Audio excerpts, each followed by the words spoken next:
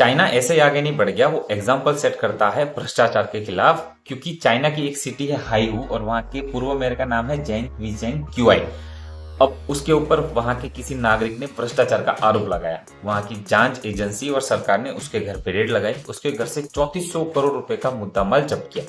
3400 करोड़, ठीक है। उस मुद्दा माल को लेके उस मेयर को वहां की कोर्ट में पेश किया जाता है। वहां की कोर्ट ने जो जजमेंट दिया वो पूरे वर्ल्ड में एग्जाम्पल तौर पे सेट हो गया। उस जजमेंट के अंदर उसने पहले कहा कि टैक्स पेयर का पैसा टैक्स पेयर के विकास में ही काम में आना चाहिए, ना कि खुद को घर बनाने में और खुद का साम्राज्य खड़ा करने में।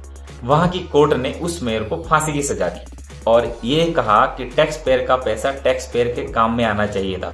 रोड, ट्रांसपोर्टेशन, शिक्षा, हेल्थ सेक्टर, इस सब में यूज होना चाहिए था, लेकिन उसने अपने घर बनाने में यूज किया, अपने आप को बड़ा बनाने में यूज किया, तो उसको फांसी की सजा जरूर होनी चाहिए। ये वहां की कोर्ट का जजमेंट है। खैर हमारे इंडिया में ऐसा नहीं होता। हमारे इंडिया में क्या होता है ना, एक बार एक नेता बन गया, वो नेता दोबारा और बड़ा नेता बनता है और बड़ा भ्रष्टाचार करता है। खैर नेता की तो बात ही नहीं कर सकते क्योंकि वो तो सब भ्रष्ट ही होते हैं। कोई ऐसे होते हैं 100 में से 1%।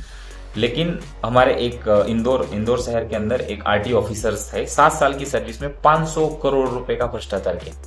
500 करोड़, 100 एकड़ का तो उसका फार्म हाउस, उससे कुछ नहीं होगा।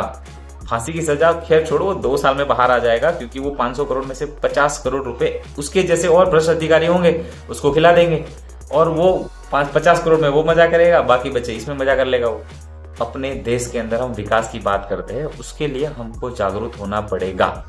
सरकार नहीं चाहेगी आप पढ़ेंगे, क्योंकि आप पढ़ेंगे तो ऐसे न्यूज पढ़ लेंगे और ऐसे न्यूज पढ़ लेंगे तो आप क्वेश्चन करेंगे और क्वेश्चन का जवाब उनके पास नहीं होता। वो नहीं चाहेंगे कि आप पढ़ेंगे, लेकिन आप पढ़िए, आगे बढ़िए और सवाल उठाइए।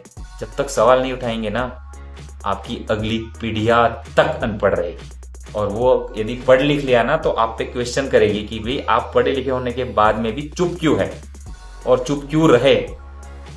ये चीज का जवाब आप उस टाइम नहीं दे पाएंगे। तो कृपया करके इस चैनल को सब्सक्राइब कर लीजिए, वीडियो को हो सके उतना शेयर कर देना और सब्सक्राइब कर देना, क्योंकि ऐसे ही और वीडियो में बनाता रहूं, मुझे मोटिवेशन मिलता रहेगा।